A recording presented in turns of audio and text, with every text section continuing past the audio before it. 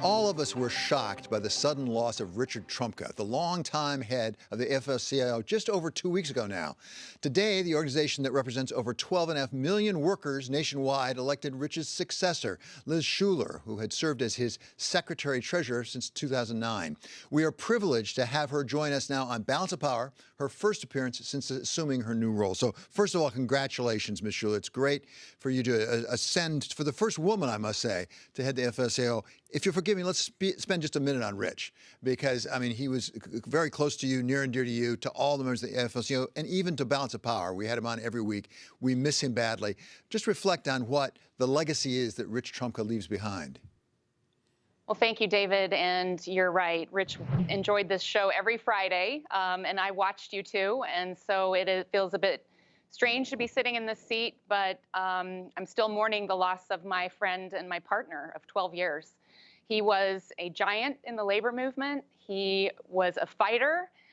He was able to get so much done for working people that some of them don't even know about, like the protections in the trade agreement, the USMCA, that we're now seeing the results of for workers in Mexico, the US, and Canada. So I'm working through the loss. The labor movement is still mourning, but at the same time, I'm ready. I'm stepping into leadership at this very sad and heartbreaking moment, but we're ready to move forward in the labor movement. And Rich, I think, would be the first to say he got a lot done, but there's a lot left to do, a lot that he was working on. Give us a sense of what's at the top of your agenda as you take over this position.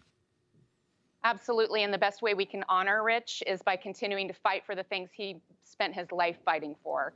And that is to give working people a voice and to make sure that everyone in this country has a good, sustainable job. And right now on Capitol Hill, we're debating investment. We know with the Budget Reconciliation Act, we're looking at investments in families, in working people, in infrastructure. And we are absolutely committed to making sure that those are good union jobs. So I think we have a lot of work on our plate. Certainly with infrastructure, the Voting Rights Act that we know needs to be passed because our democracy is under attack. And we want to keep fighting for the PRO Act, which is the labor law reform that we believe now will be named after Richard L. Trumka, the Richard L. Trumka PRO Act.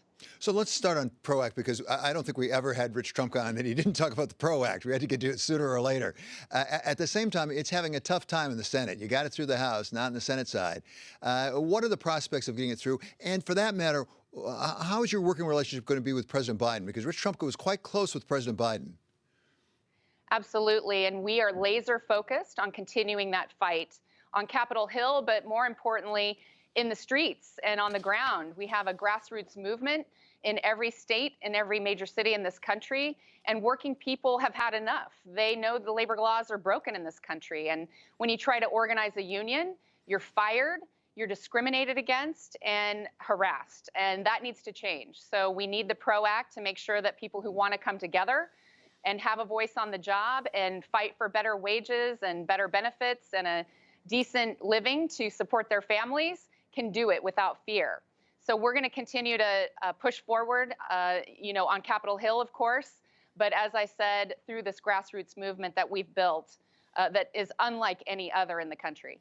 So give us a sense, those of us who are not in Washington, how it works, because it was going to be something of a tough battle, I think, to get the PRO Act, not to speak of voting rights, through before we had the collapse in Afghanistan. Do you think that affects what's going up on Capitol Hill, or can you get the attention back on the workers fast enough to get something done?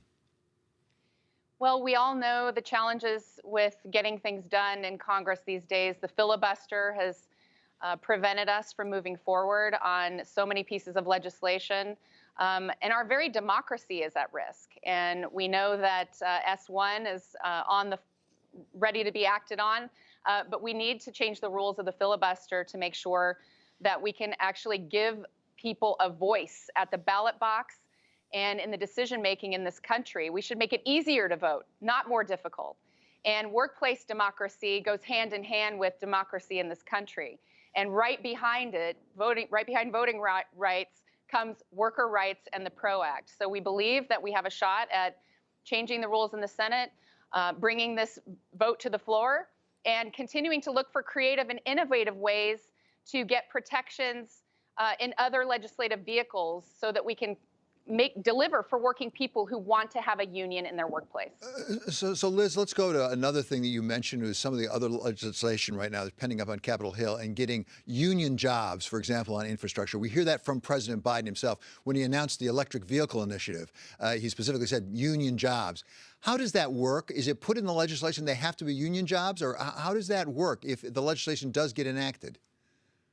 We want to make sure that all these investments are tax dollars that are going into creating a better energy infrastructure, cleaner energy infrastructure, our transportation systems, our care infrastructure, because we know care is essential infrastructure to allow us to go to work. That all of those jobs are creating good standards for people. So yes, we want to attach labor standards to these investments so that our tax dollars are actually working for us, the people who pay the bills. So that's our plan. We want to make sure that when we're planning for a green energy future, that we're going to actually be creating jobs that are sustainable, that will allow people to support their families, because we know that a good job is at the center of all of this. We are so proud when we get a good job, right? This unlocks opportunity for people.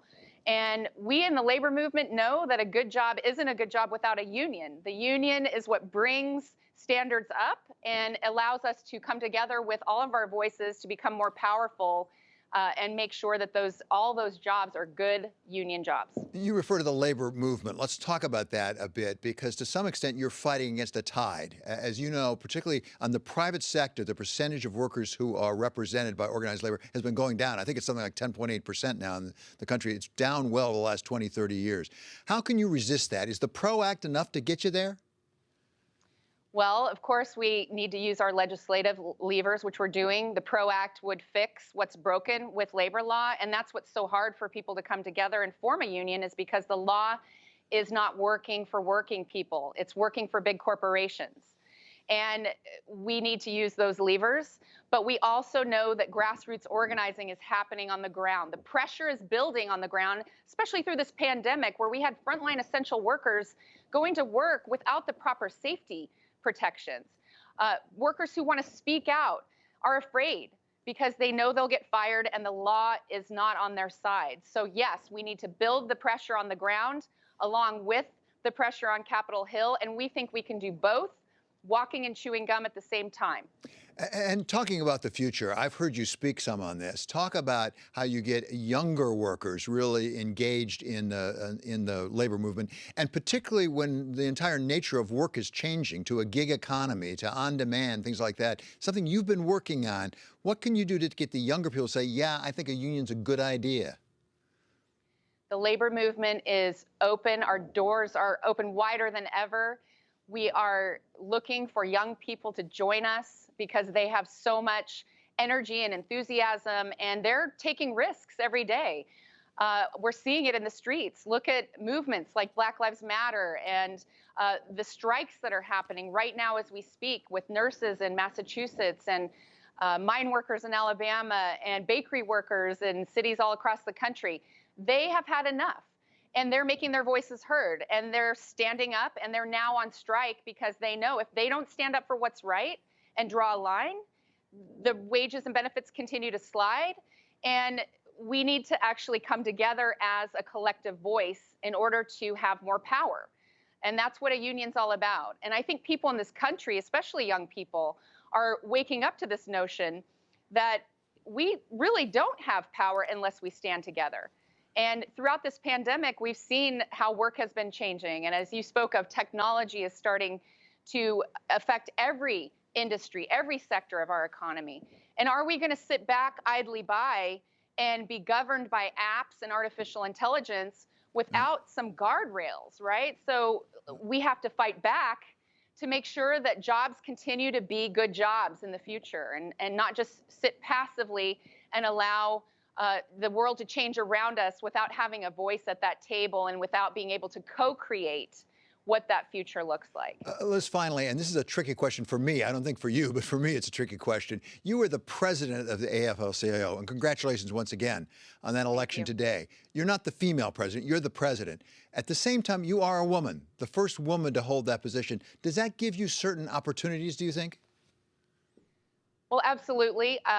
Rich used to say all the time that he appreciated having a woman partner right alongside him because we do bring different strengths, different styles of leadership. And, you know, being in the labor movement, we are half the labor movement. Not many people realize the labor movement is the largest organization of working women in the country, 6.5 million women. So I intend to stand on the shoulders of those giants, the women who have come before me, the women who led those strikes and were on the picket lines, and also the quiet strength of women in the workplace who have been leaders in every workplace around our great country. And I'm so honored to lead forward and provide an example for all those women out there who haven't yet seen the labor movement as a pathway for them. And it truly is.